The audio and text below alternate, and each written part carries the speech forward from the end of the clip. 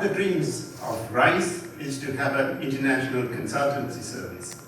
So as we said before, what you can conceive, what you can visualize, you can achieve. So this is a service to be provided, and the consultancy services is not going to make money. This is to encourage the businesses, grow the business, and grow the startup or help the startup cases. So that is the dream. And but then we can't build Rome overnight or over a day. So we have to do that over a period of time. We have to focus on the immediate needs first and carry on.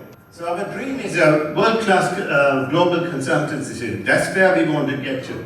That would include information technology, this is AI, everyone knows, and machine learning, analytics, that's a big thing. In the manufacturing and fintech industry, that's a huge market. Processing, we are already doing it and we can increase it. For example, if you take processing, NHS here is about 136 billion pound business. And if we take just accountancy services alone, that would be something like $3 billion pounds worth of service. So the people who have broken into this, it is very tiny. So there are huge opportunities. Then infrastructure that provide and development, software development. There are so many experts in from Chennai to Dallas. Lastly, the maintenance of those services. We can also, or we intend to, provide help with mergers and acquisitions, marketing and sales, business development, and all that related to that we could provide. Strategic alliances, it's very important. Even the big companies, as you know, where they want to penetrate a new market or where they have certain inadequacies in certain skill sets, do go for strategic alliances. People wanting to break into the UK market or European market might want to do that. We could help with that. And people, all HR related, from recruitment all the way to identifying high costs. Startup business from the tiny startup. I worked globally for major multinationals. Having done that, I am also now working with the startup companies. One company we started a couple of years ago, and in 18 months it was making $6 million pounds. Okay, so we could help startup as well. Compliance in relation to audit and GDPR is data protection. We could help with that as well. Oh, on the other GDPR front, there's a hotel here. They were fined 90 million euros. We could have prevented it. We have certain software and the processes that could prevent it. Risk management, all aspects of risk management, and ESG, environmental, social, and governance areas. Restructuring, pricing, pricing in the sense competitive pricing. How are you going to price in the market? Yeah. So, and maximizing profit. Over a period of time, they add up so much complexities in the organization. There comes a point they need to look to consultants to maximize profits, cut costs, etc., and pricing. That's where we want to get to, but we need to have a pragmatic approach to this. So we address the immediate needs. We'll come to that. Develop those services first. What we are going to do first, consolidate and go to the next stage. One at a time, sure steps. Also, we need to be careful. Now, we are going to provide these services to Tamil business. As they go, we will also be providing to other people. That's the intention. But it may not all be provided by the Tamil people. If we are competing here, we need to get the best in class. That could be a German, and we need to have that expertise. Right? We will have that. Just example, German in England, I'm in England, so that could be an English guy. Right. So where do we start? What are the critical services, immediate needs that we want to go to? So the dream, we know where we want to get to, all those services. So our world-class consulting to be successful, that's where we want to get to. However, the immediate needs are, we have to focus on initial growth. That could be startup companies coming into UK, Europe, anywhere. Business development, having got here in the business development areas, that is going for tenders, looking at the costing, pricing, and also helping them to reach the key decision makers. And when you go to the key decision makers, you find those foxes. Foxes are those who influence the decision maker. Without the knock of those foxes, you don't get the job, you don't get the contract. So we could help with that. And lastly, we talked about strategic alliances. We could do that too, right? That we can do immediately. We can set up straight away and go to that.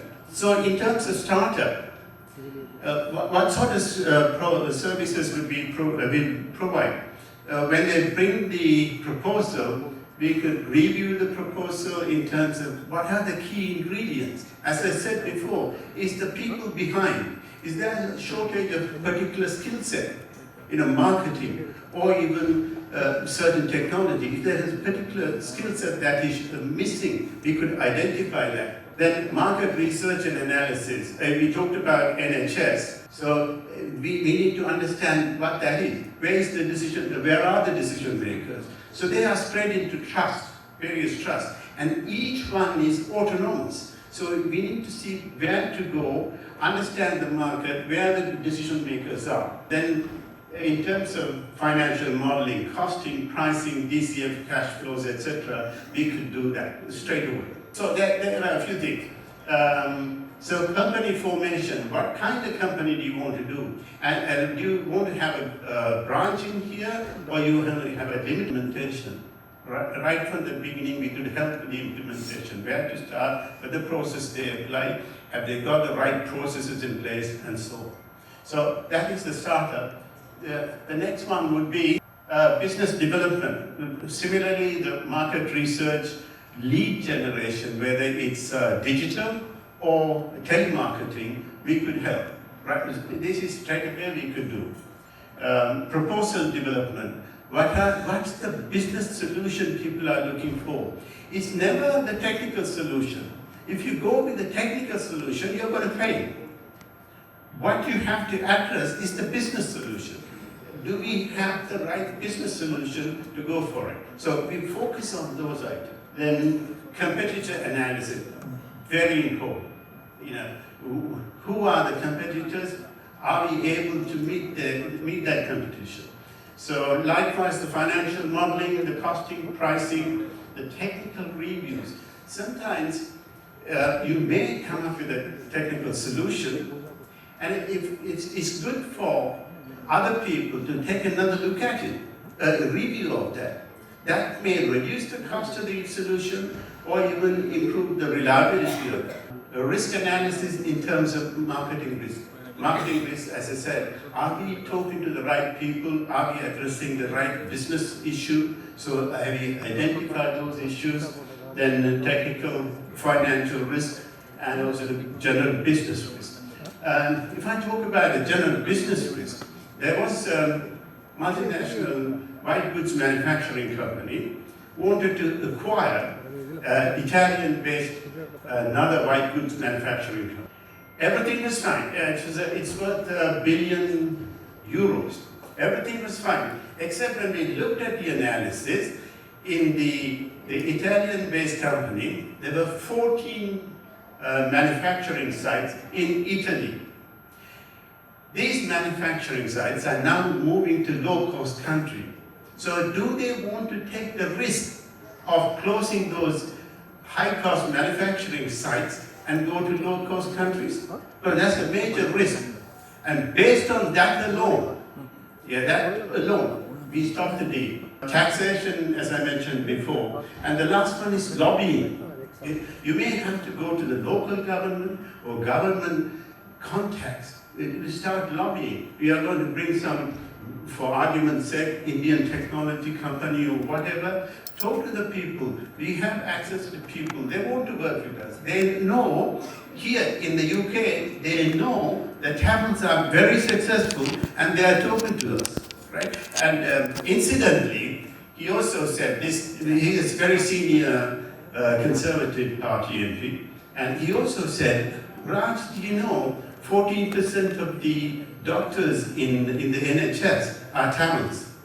14%. We have 300,000 people out of the 60 million or 65 million, 14% are Tamils. Right? So they know, understand, and they want to work with us. We need to go to the right person to work with. So that's lobbying. The next item is strategic alliance. The company, again, wanted to break into Russia, but they didn't have a manufacturing site. In Russia, it's not easy to build manufacturing sites because you've got to build the whole thing in 6 months. The next 6 months is under ice, so you can't do any manufacturing. So in terms of timing, it takes too long a time to get the manufacturing going. So we set up an alliance with another company which was already established. In fact, that is the Italian company I was talking about. And we shared the manufacturing, and there was a strategic alliance.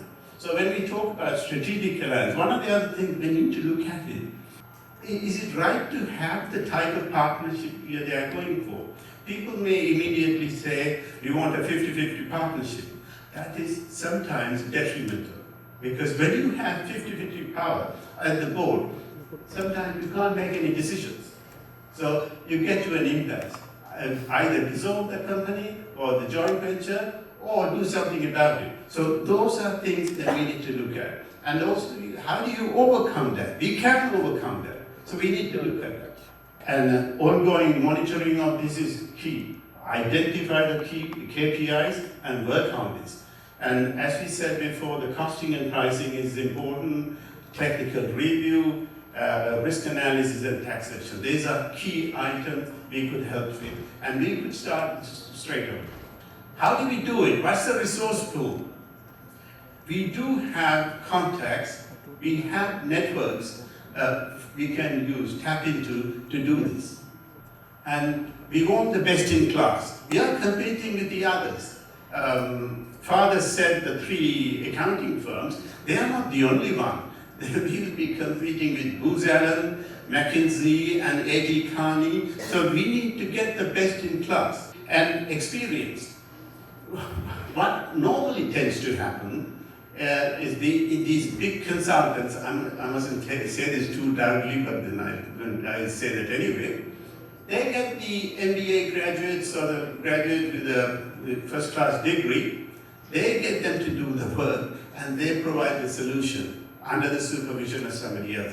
We don't want to do that. We want to get people who have got industrial experience to provide the service. They should understand the business, so they will provide the service. And lastly, the track record. The track record of the consultants or the people who are going to be advising, that's important. What's their background? Can they deliver? Have they delivered? So their DNA, their passion for the job. So that's important. That's a resource pool. In terms of resource pool, we have resources for all these services. Business development to compliance, all the way through. When one of the other things is operational management. Operational management also includes change management. That is critical. When you're merging with another company or whatever, you've got to manage those changes very carefully. From your vision to all the way through getting the low-hanging fruits. Otherwise, the change management is a failure. So we could help with that as well. So the whole process has to be transparent. Whatever services we do, it's got to be transparent. So we have to agree the service with the member. This I'm talking on behalf of RAJ. So the RAJ will have clear agreement on the services to be provided, timelines, and the next thing is we can, or RAJ can, take the responsibility for the one-stop shop. So they take the responsibility for delivery for all those kinds of services. Or alternatively, if the member, I talk about one of you guys, If you want to deal directly with the consultants and you manage that, that's also possible. So we are not linked or tied up in one form of contracting. So that's also possible. So then the pricing got to be very transparent. What is there a fixed price? If possible, go for fixed price or time and material. Then whatever you do with RISE, there will be a non-disclosure agreement and clear engagement letter. Yeah. So the whole process would be transparent. Now I put another slide to show your thoughts and comments. Go back, please. Stay with this. Go back. Yeah, stay with this. So if you want to contact Sinapan Saravanan is part of RISE and he's running it. I can't see him, so he's around. His contact details, email of RISE, and also myself. Right. With that, are there any questions, comments, or your thoughts?